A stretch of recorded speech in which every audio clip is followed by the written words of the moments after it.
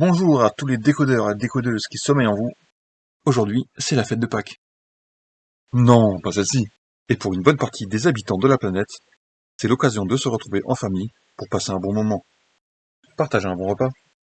Fêter la résurrection de Jésus en participant, selon son implication, aux commémorations religieuses, ou encore se gaver de chocolat et de sucreries. Bref, tout le monde y trouvera son compte.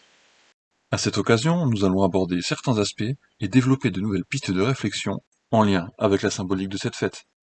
Afin de ne pas se perdre en digression, car croyez-moi, combien il est facile de s'égarer, le sujet sera méfiant dans toutes les directions, nous aborderons donc un seul sujet à la fois, qui à terme sera complété à mesure des vidéos.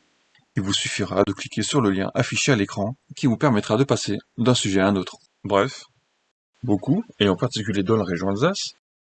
Au passage, salutations à nos décodeurs et décodeuses qui regardent cette vidéo depuis cette belle région, ont déjà mangé ce fameux Osterlamele, comme on dit là-bas. Vous me pardonnerez pour l'accent. Ce célèbre biscuit en forme d'agneau à pâte battue, tellement moelleux et aérien qu'il fondrait presque dans la bouche.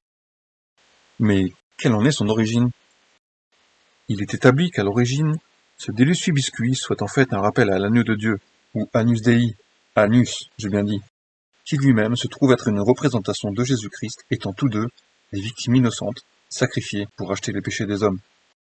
Et cela en écho à l'épisode de l'Ancien Testament qui précéda la traversée de la mer Rouge, où Dieu aurait ordonné à Moïse le sacrifice d'un agneau par famille afin de marquer les portes des maisons du sang de l'animal pour tromper l'ange de la mort dans sa funeste mission, épargnant ainsi les premiers-nés des Hébreux.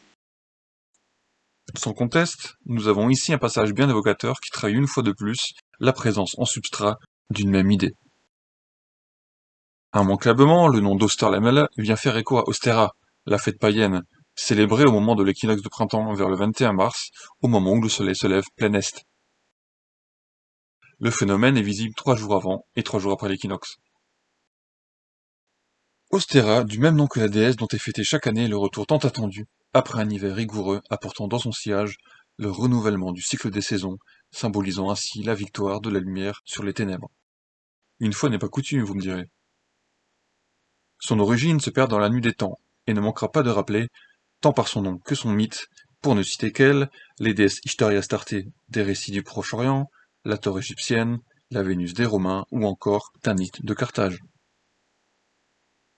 Par cette analogie de nom entre les fêtes de Pâques et celles d'Ostera, on pourrait légitimement penser que la Pâque chrétienne ne serait pas sa place légitime. En effet, plusieurs faits tentent à nous le démontrer. Mythique représentation mise en lumière par De Vinci, où on peut voir Jésus au milieu de ses 12 disciples, divisés en 4 groupes de 3, séparés les uns des autres, de façon assez marquée. 3 mois par saison, 4 saisons en tout, renvoyant 12 mois de l'année coupés en son centre par Jésus, qui représenterait à merveille la position du soleil à la mi-parcours de son cycle, c'est-à-dire à l'équinoxe. Pour étayer cette idée, selon les textes, la scène se situerait 3 jours avant la résurrection, qui, comme nous l'avons vu, correspondrait au jour de l'équinoxe. Une durée symbolique, si elle est allégorique, coïnciderait avec les 3 jours précédant le jour de l'équinoxe, annonçant le lever plein est du soleil à venir. La victoire de la lumière sur les ténèbres, l'amorce d'un nouveau cycle à l'image de Jésus-Christ ressuscité, passant de l'obscurité de son tombeau à la lumière du jour. Si l'on observe attentivement les derniers mois de l'année, la linguistique, et plus précisément la sémantique, semble renforcer ce constat. Septembre, nous avons le 7, octobre le 8, novembre 9, décembre 10, janvier 11, février 12, l'année galactique achevant son cycle fin février, entendez, février, semble bien suggérer l'annonce d'un recommencement. Le mois de mars s'imbriquant parfaitement à la première place pour relancer le cycle. De plus, chez les Romains, le calendrier commençait au mois de mars, en l'honneur du dieu du même nom, appelé aussi Arès, proche de Ariès, le bélier, terme bien connu de nos amis astrologues. Son équivalent viking n'est nul autre que le dieu Thor, le dieu de la guerre et de la foudre, dont le char est tiré par des boucs. Mais nul besoin d'aller si loin, puisque la France n'est pas en reste. En effet, du 6e au 7e siècle, dans nombre de provinces, l'année commençait en mars, et sous les Capétiens, c'est carrément le jour de Pâques qui ouvrait le défilé des saisons. Au printemps, avec l'information envoyée par les rayons du soleil, les énergies, redescendues à l'approche de l'hiver, remontent lentement. Ramenons la sève des arbres vers les branches. sortant les animaux de leur cycle d'hibernation et faisant éclore une nouvelle génération du vivant, tout règne confondu. C'est ainsi, à l'instar d'une super mise à jour d'un système informatique ultra abouti, que dans l'impulsion d'un nouveau cycle de vie, tout ce qui se trouve à la surface de la Terre se plie à la volonté du Dieu Soleil.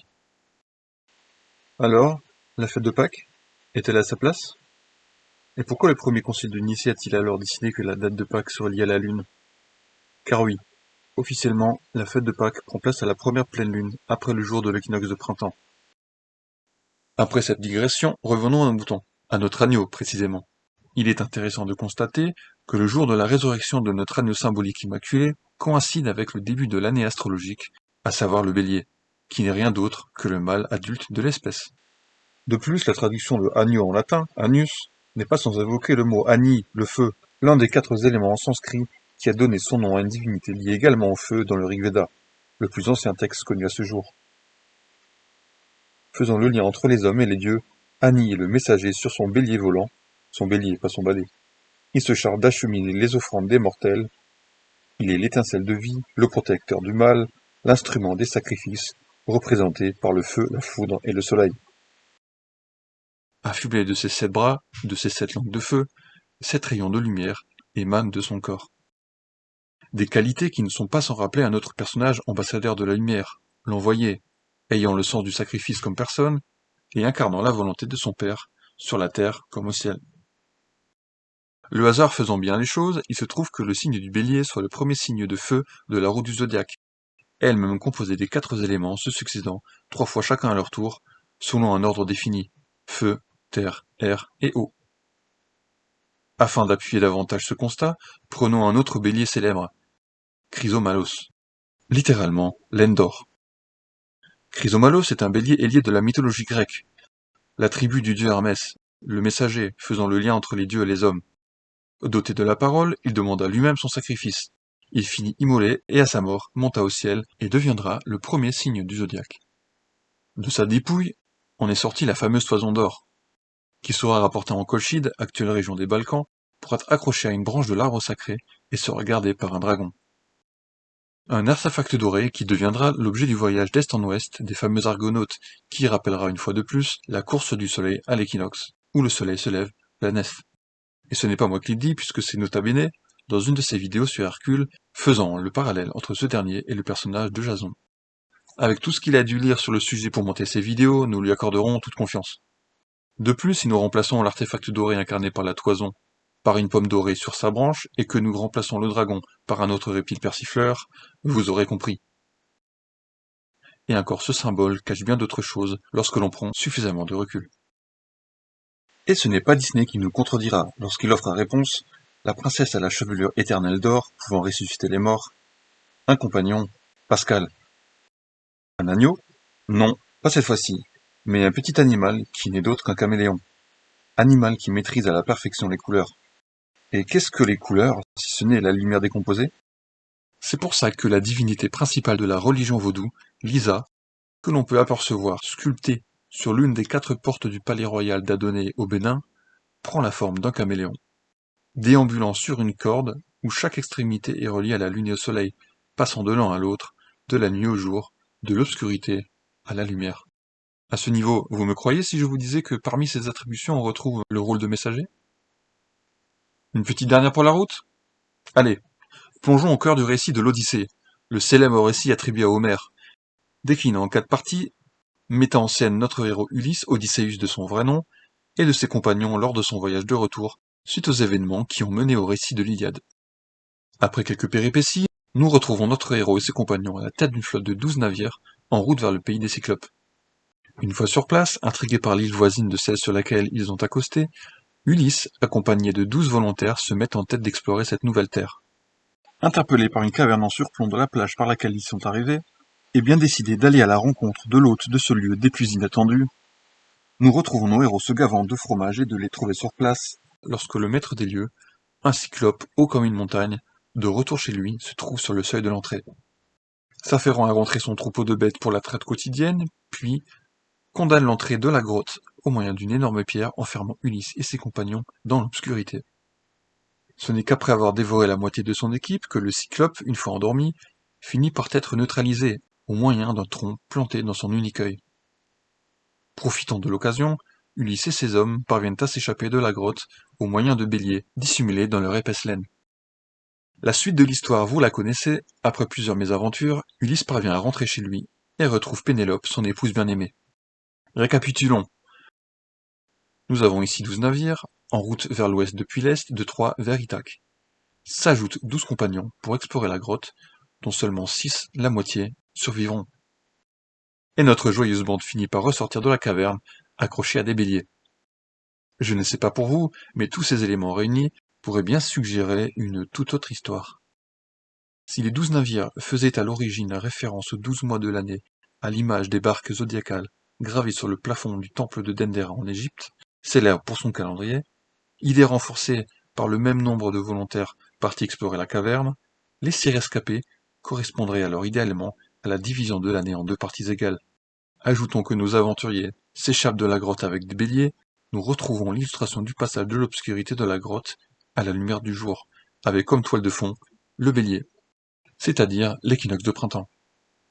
Et si l'on rajoute le fait que l'Odyssée, qui, avant d'être le récit sous la forme que nous connaissons, a été rédigé d'après un recueil de plusieurs poèmes, lui-même basé sur l'interprétation des scènes peintes sur les poteries qui nous sont parvenues, c'est-à-dire des scènes figées, souvent irrationnelles, complétées par des extrapolations de textes à partir de ce qui existait déjà, véhiculés depuis lors à travers la tradition orale, rien ne pourrait alors nous obliger à continuer de considérer l'interprétation d'Homère comme ayant autorité dans le domaine. Nous pourrions ici voir, une fois encore par tous ces récits, l'expression en substrat d'une même idée, illustrée de bien des façons, propres à chaque civilisation, donnant la vedette soit un animal, soit un personnage, incarnant le retour du Jedi, je m'égare certainement là, incarnant donc le retour du printemps ayant vaincu l'hiver, le retour à la lumière d'Adonis de son voyage aux enfers, le retour de la vie ayant vaincu la mort, bref, symboliquement, le retour de la lumière éternelle sur les ténèbres qui n'ont que trop duré. Une symbolique qui nous renvoie, mais pas que, à la durée d'ensoleillement de la journée, indiquée par la position du soleil à midi. Position étant la plus basse de l'année au moment du solstice d'hiver, la plus haute au solstice d'été, et au milieu des deux, aux équinoxes. Soyez bien conscients que ce ne sont que quelques exemples parmi tant d'autres. Nous aurions pu encore, par exemple, développer la symbolique des dieux Bélénos et Cernunnos, souvent représentés empoignant un serpent à tête de bélier. Mais gardons-en un peu de côté. Le sujet est si vaste, nous en parlerons plus en détail dans une prochaine vidéo dédiée. Avec tout ça, j'en oubliais presque de vous donner l'étymologie de Pascal. Je vous laisse le découvrir par vous-même. Vous verrez, c'est étonnant. Sur ce, la vidéo est à présent terminée. Si elle vous a plu, n'hésitez pas à m'encourager en la partageant et à cliquer sur le petit pouce pour permettre à l'algorithme de YouTube de promulguer mon travail au plus grand nombre. Si vous avez d'autres exemples de béliers ou d'agneaux, n'hésitez pas à m'en faire part dans l'espace commentaire. Je me ferai une joie de les décoder dans une prochaine vidéo. Il ne me reste plus qu'à vous souhaiter de passer de bonnes fêtes de Pâques. Portez-vous bien et à la revoyure. Allez, petit bonus. Puisqu'on est dans le thème, je sais que vous l'attendiez depuis le petit teaser du début de vidéo, je ne pouvais pas finir sans vous en dire davantage. L'île de Pâques, tout le monde la connaît. Ce petit rocher isolé au milieu de l'océan Pacifique, ses nombreux volcans endormis, ses statues moailles énigmatiques. Mais y a-t-il un lien avec la symbolique de ce que nous avons pu voir ensemble jusqu'à présent? Voici Aou Akivi, un chapelet de 7 moailles alignées regardant, devinez vers où, plein est. De plus, le nom de l'île en anglais, Easter Island, dérive du nom de la déesse Éostre, correspondant à la déesse Ostera germanique que nous avons vue plus tôt. Déesse célébrée au moment de l'équinoxe de printemps, où le soleil se lève exactement à l'est, East en anglais. Aurait-on là la raison de l'appellation de cette île? Les explorateurs partis à Pâques pour explorer cette île avaient-ils un tout autre projet? Je vous laisse décider. Allez, cette fois c'est la bonne, je file. Ciao.